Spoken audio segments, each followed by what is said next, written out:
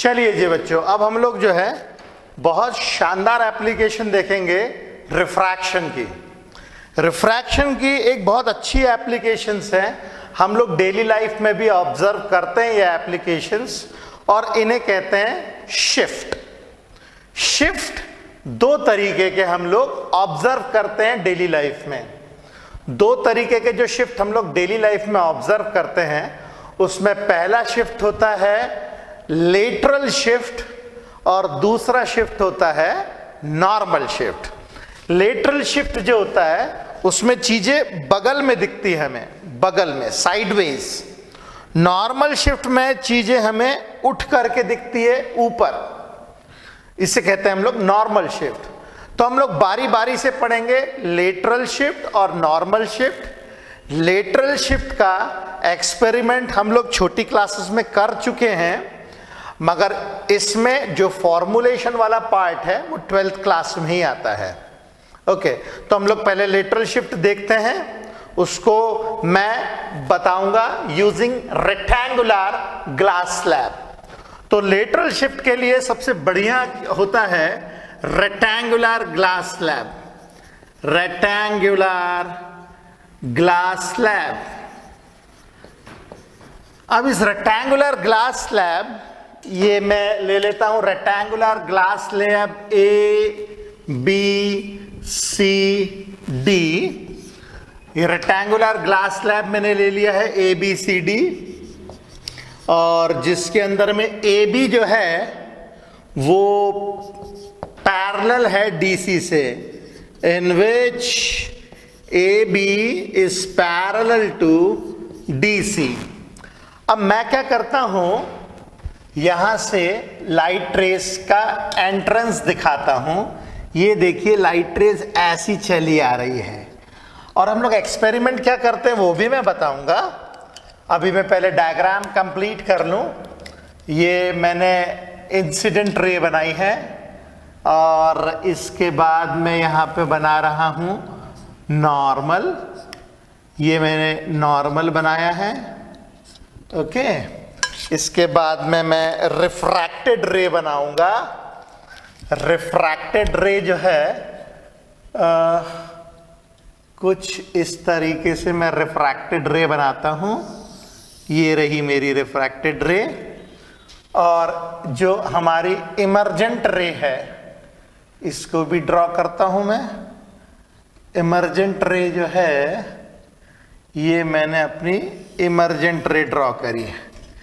Okay, ये P से Q, Q से R, R से S।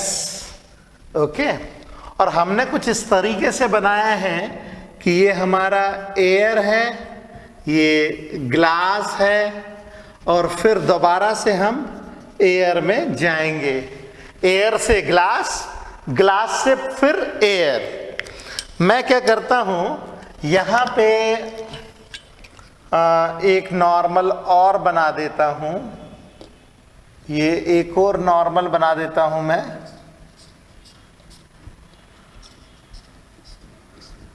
ओके, और यदि ये ग्लास स्लैब नहीं होता, अगर ये ग्लास स्लैब नहीं होता तो हमारी लाइट रे कैसी जा रही होती, ये भी मैं दिखाता हूं।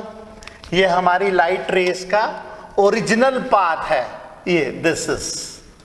अगर ग्लास स्लैब बीच में नहीं आता तो हमारी लाइट रेस कुछ इस तरीके से जा रही होती। ये मैंने ग्रीन कलर से इंडिकेट करी है। ये मेरा original path of light rays है। ये है original path of light rays, और ये इमर्जेंट रे है। This is called as emergent ray. Emergent ray, ये है हमारी इंसिडेंट रे। तो यहां पे हम लोग PQ जो दिखा रहे हैं वो है इंसिडेंट रे। इंसिडेंट रे है PQ। QR है रिफ्रैक्टेड रे। रिफ्रैक्टेड रे, और RS जो है इसे कहते हैं हम लोग इमर्जेंट रे। ओके, अब चूंकि ए बी और डी सी एक दूसरे के पैरेलल है, इसका मतलब साफ है कि ये जो एंगल ऑफ इंसिडेंस है और ये जो एंगल ऑफ इमर्जेंस है, ये दोनों बराबर होगा। हम लोग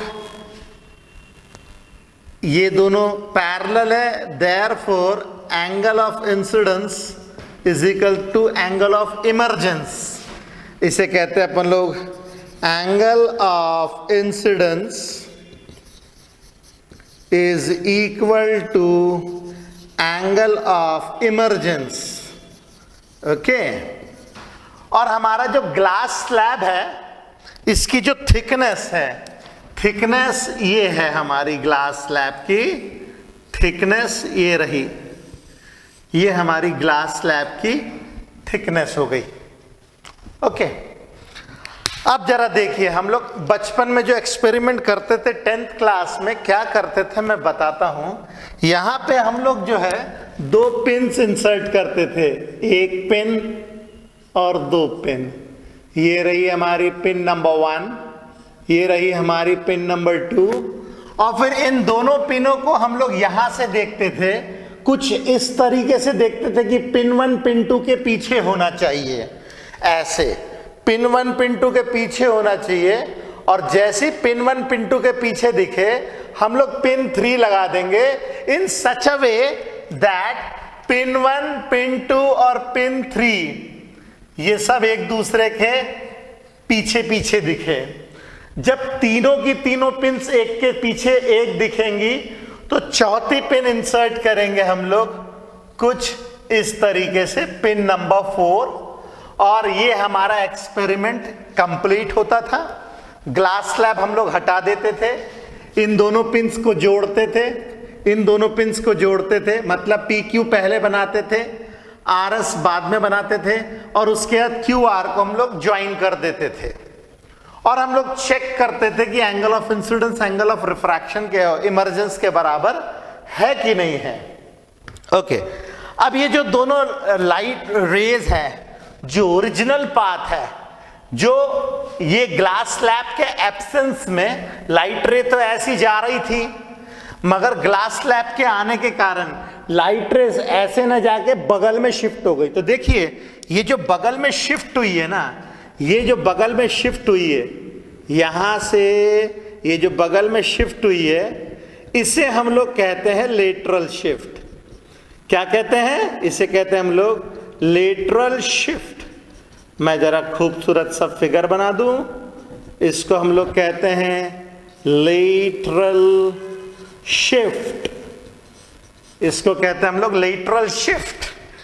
और लेटरल शिफ्ट का जो मैग्नीट्यूड होता है, इसके लिए मैं क्या करता हूं, यहां से एक परपेंडिकुलर ड्रॉप कर देता हूं। ये मैंने परपेंडिकुलर ड्रॉप कर दिया, ओके, और इसका नाम दे दिया मैंने ई। तो यहां पे जो आर ई है, जो इसके ऊपर परपेंडिकुलर है, आर ई जो इसके ऊपर परपेंडिकुलर है, इसे हम लोग कहते हैं लेटरल शिफ्ट। लेटरल शिफ्ट जो है वो हमारे पास में आ जाएगा आर ई। ओके, अब ये जो एंगल होता है, इसे कहते हैं एंगल ऑफ रिफ्रैक्शन। अगर ये ए बी डी सी से पैरेलल है, तो ये भी इसके पैरेलल होगा। इसका मतलब ये भी एंगल आर होगा, करेक्ट। ये 90 डिग्री है ही, ओके। अब जरा ध्यान से देखिए, जरा ये वाला जो एंगल है, ये वाला एंगल, ये वाला एंगल कौन सा एंगल? Are Q E. ये वाला जो एंगल है, ये एंगल है हमारे पास आई माइनस आर के बराबर, क्योंकि ये पूरा का पूरा आई है और ये आर है। तो ये वाला जो एंगल हो जाएगा आई माइनस आर के बराबर हमें मिलेगा। ये वाला एंगल डॉटेड जो मैंने एंगल बनाया है, ये वाला एंगल बन जाएगा हमारा आई माइनस आर।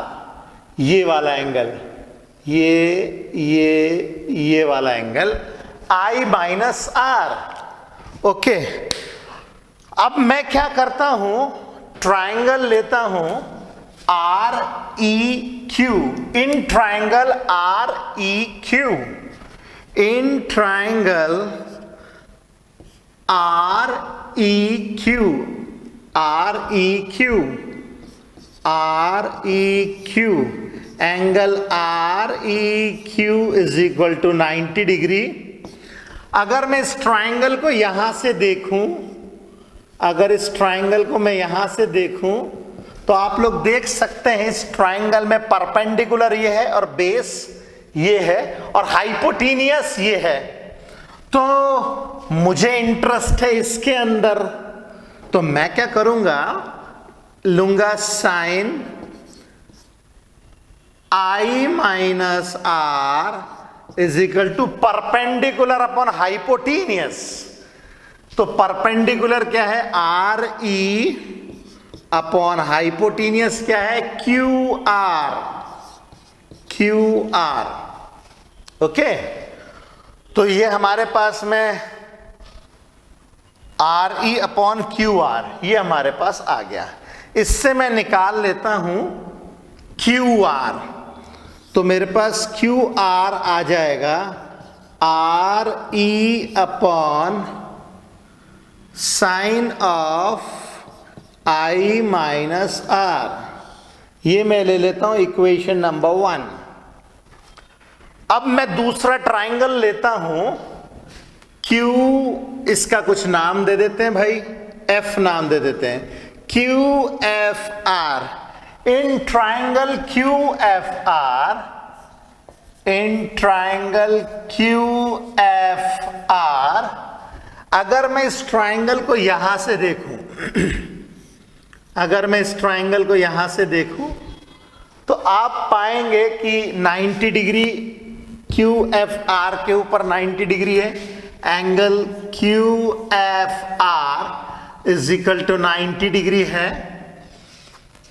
तो कॉस जो हो जाएगा कॉस आर, क्योंकि इस ट्राइंगल में तो एंगल हमें आर मिल रहा है, cos R is equal to base upon hypotenuse, Q F upon hypotenuse है क्यू आर, और यहां से मैं क्यू आर निकाल सकता हूं। तो मुझे क्यू आर कितना मिलेगा, Q R will be equal to Q F, Q F जो है थिकनेस है ग्लास स्लैब की टी, और नीचे आ जाएगा कॉस आर। ये मैंने ले ली सेकंड इक्वेशन। अब आप देख सकते हैं फर्स्ट और सेकंड इक्वेशन दोनों ही क्यू आर को रिप्रेजेंट कर रहे हैं। तो मैं इक्वेट करता हूं, इक्वेटिंग इक्वेशन नंबर 1 एंड 2, तो मुझे क्या मिलेगा, R E upon sine I minus R is equal to T upon cos R. तो आर ई हमें मिल जाएगा T times sine I minus R divided by cos R, और ये हमारा रिक्वायर्ड लेटरल शिफ्ट का जो है फॉर्मूला हमें मिल जाता है। को डेरिवेशन कठिन नहीं है, डेरिवेशन के लिए आपको जो फिगर बनाना है वो खास है, लेटरल शिफ्ट का मतलब पता होना चाहिए, क्योंकि ये दोनों लाइंस पैरेलल होनी चाहिए, दिखना चाहिए, और बाकी तो एक हमने ये ट्राइंगल लिया और एक हमने ये ट्राइंगल लिया है, बस इजी सा डेरिवेशन है। तो चलिए फटाफट आप इसको कीजिए, फिर हम नेक्स्ट टॉपिक पे चलेंगे।